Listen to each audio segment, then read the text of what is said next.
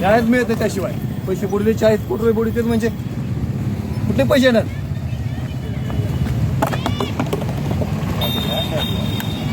काय झालं? 40 कोटी रुपये बुडले कारखान्याचे. आज 14 दिवस झाले. कशामुळे तुम्ही उपोषणाला बसलो आम्ही. काय कारण आहे? कशामुळे तुम्ही आतमध्ये?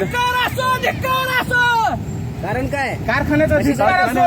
40 कोटी रुपये असताना पंकजाताईंनी कारखाना कसा विकला आणि त्या साखर आयुक्ताने कारखाना कसा दिला, त्याला परवानगी कशी दिली, त्याची चौकशी लावावी. कमल किशोर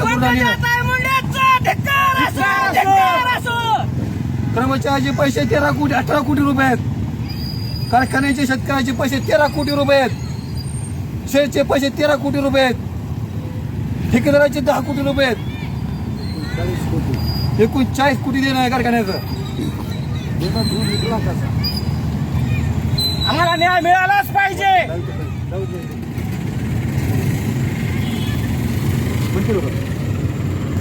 कारखाना घेतला मान्य आहे मला. हो, मला बी काय दाखवते. कारखाना हा 2022 पासून माननीय आमचे मुंडे साहेबांनी कारखाना व्यवस्थित चालवला. 2014 पर्यंत सर्व शेतकऱ्यांचे पैसे दिले, सर्व व्यवस्थित केले त्यांनी. नंतर हा कारखाना सुरुवातीपासून डब घ्यायला चालू झाला. 2022 पर्यंत कारखाना पूर्ण संपत गेला आणि 2022ला कारखान्याचे 18 कोटी रुपये कुठे देण्यात आले? 18 कोटी वैद्यनाथ बँकेत ट्रान्सफर करण्यात आले. तेव्हापासून कारखाना डबगाईला आला आणि दिवाळखोर करण्यास चालू झाला कारखाना. आणि हे सगळं षडयंत्र रचलं गेलं 22 पासून. कारखाना दिवाळखोरीत कसा घालायचा, पैसे इकडे तिकडे द्यायचे. कारखान्याची 1 कोटी रुपयाची साखर होती. कारखान्याची 1 कोटी रुपयाची साखर होती. 3 कोटीचं कारखाना स्टोअर मटेरियल होतं. 35 लाखाची ठेव होती. प्रशासन काय म्हणतं? प्रशासनाने काय केलं? डबगाईला दाखवण्यात आला. डबगाईला दाखवून कारखाना विकायची प्रोसेस एनसीएलटी कोर्टात दाखल केली.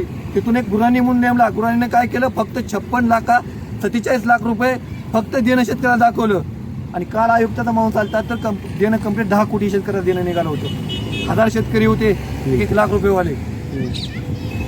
सगळा कारभार त्या गुन्ह्याने केला आहे, एनसीएलटी कोर्टातून केला आहे. म्हणजे त्या नेते लोकांना, आमदार खासदार लोकांना कारखाना विकत घेणे आणि दुसऱ्याला विकणे ही धंदा केला आहे.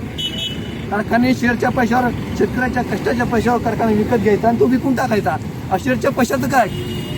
कर्मचारी 3 वर्ष काम केल्या कर्मचाऱ्यांनी, 80 लाखाच्या कर्मचाऱ्यांनी, यांच्या पैशाचं काय?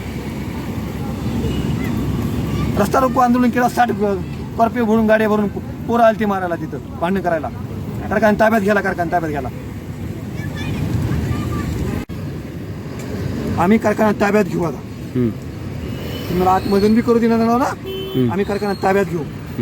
सगळे शेतकरी मिळून अख्ख्या भारतातल्या लोकांना कळेल शेतकरी पेटल्यावर काय होईल. इथून पुढे कुणीच कारखाना विकास करणार नाही, कुठला आमदार खासदार.